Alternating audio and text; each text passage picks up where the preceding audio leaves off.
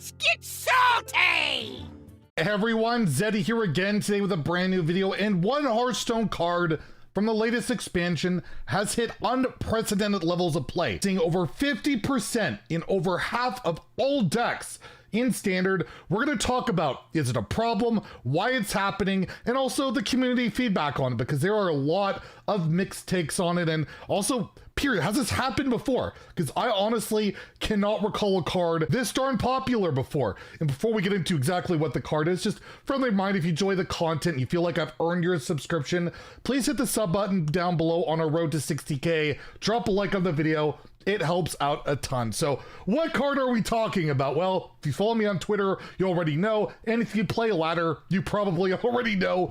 Prince Renathal in Standard. We're taking a look at it. HS Replay, Diamond through Legend stats, sees play in 57, nearing 60% of decks. So if you're playing ladder through Diamond through Legend, or I guess let's take a look at Bronze through Gold, it's a little bit less at 51%, but let's say you're playing at these ranks, basically 6 out of 10 games, you are going to be facing a 40 card, 40 health deck. Even a card like Sire Denathrius, which is absurdly popular, is outrageously popular at 47%, looks like it's dwarfed in comparison. And even if you take a look at Wild, where the power level and everything is so much crazier there, it is at 44% of decks in Wild, with Theotar being in second, nearly 20% behind. This is just by far the most popular card in the format. And well, why is that? Well, if you read the text of Renathal, you're able to get 40 starting health.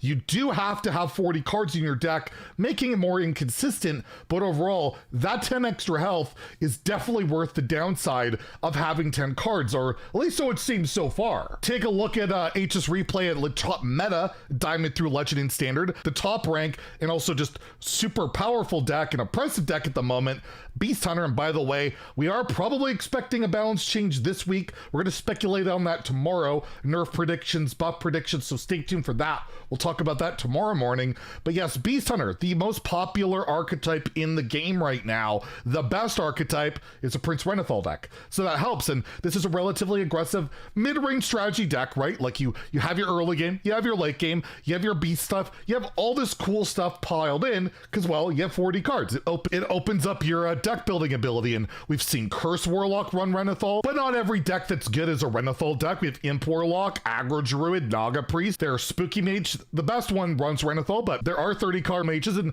Control Shaman is another one. Expel Mage sometimes run it. Hell, even Control Paladin, a deck that could utilize pure cards, runs Prince Renathal because it's just better than that payoff. So you can see Renathal all over the meta, all over the place, really good. And even if you're taking a look at the most recent Wild meta snapshot, the top deck in the format, Reno Priest, is another Renathal deck. But you will note, like you saw, it's like 40 something percent. Miracle Rogue, definitely not Renathal. Even Shaman, not Renathal. Beast Hunter in Wild is not. It's a much more aggressive Beast Hunter deck. The other big Renathal decks you can see in Wild though are like the Curse Warlock, the Reno Warlocks. And while you can't play it in even decks, so it doesn't appear in even decks, and no odd deck outside of Odd Warrior bots probably utilize it. And this got me to ask the question, as I alluded to earlier on Twitter, has there ever been a card that's been in more decks than this? Has this ever happened where when I took the screenshot, it was 56%? It's gone up since then. Crazy. Or, you know, it goes up and down. But regardless, I asked this question, and Martian Boo, awesome Wild YouTuber, streamer, check out his content if you haven't already. He just hit 5,000 subscribers on YouTube. His content's great. Shout out. Congrats to Martian. Okay, I said congrats to Martian. He said Patches and Ziliax. That's a guess. I don't know for sure. I would probably disagree on Ziliax. It's a really good card, but I don't think it ever came close to 50%. Patches very well could be. I threw in some of my guesses in there just for sake of this video as well. Azure Drake, really popular back in Classic. So popular it got nerfed, or not nerfed, but Hall of Famed, and then got put back into Standard, buffed with 1 extra health. It didn't used to be a 4 or 5 and sees like 0 play. Baku, all the odd decks, and a reason why things got Hall of Famed early was Baku and how it felt. Killiseth and unnerfed Corridor Creeper in particular. That was absurd. 0 mana 5/5. 5 would probably still see play today, I would think. And Regis chimed in on this as well. You might know RegisKillbin. He's a very negative, salty content creator, but we put up with him anyways because, you know, he's got good reviews and all of that. He said, I watched these stats pretty closely since they existed for videos. I don't remember super detailed specifics, of course, but over 50% has been stupidly rare.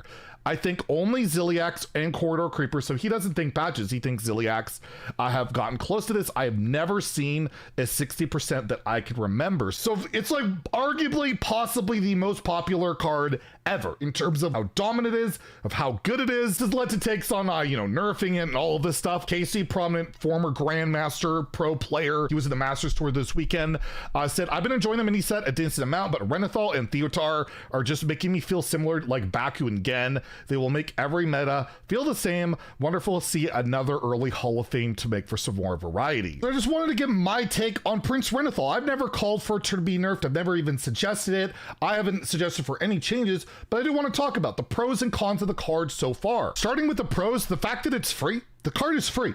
Every player gets it. Is one of the reasons it's going to be very popular. It's neutral, and one of the things that's really cool about it is, well, it allows for longer games. We've been complaining forever that Hearthstone games are so short. Aggro decks just kill you. Well, with Renathal, that kind of alleviates that problem. You can deal with the power crept early aggression a lot better in Hearthstone, and that can be a really good feeling for players. It allows for more deck creativity, as you could put more cards into your deck. It allows for new archetypes to spawn up as well, just because of this notion. And I will argue, it is nothing to me like Baku and Gen were. Baku and Gen would modify your hero power. Every game felt like it played the same because they would just hero power a lot, and you lose to those synergies. Renathal just gives you some extra health. It gives you some extra resources. But those decks can vary from a Beast Hunter to a Greedy Curse Lock to Spooky Mage. There's so many different things that come from it, where every Renathal deck is just as different as every 30 card deck for the most part. They don't have the same strategies. They can do who knows what. So for me, it doesn't create that same feeling where I queue in a Renathal, unless I'm playing an aggro deck.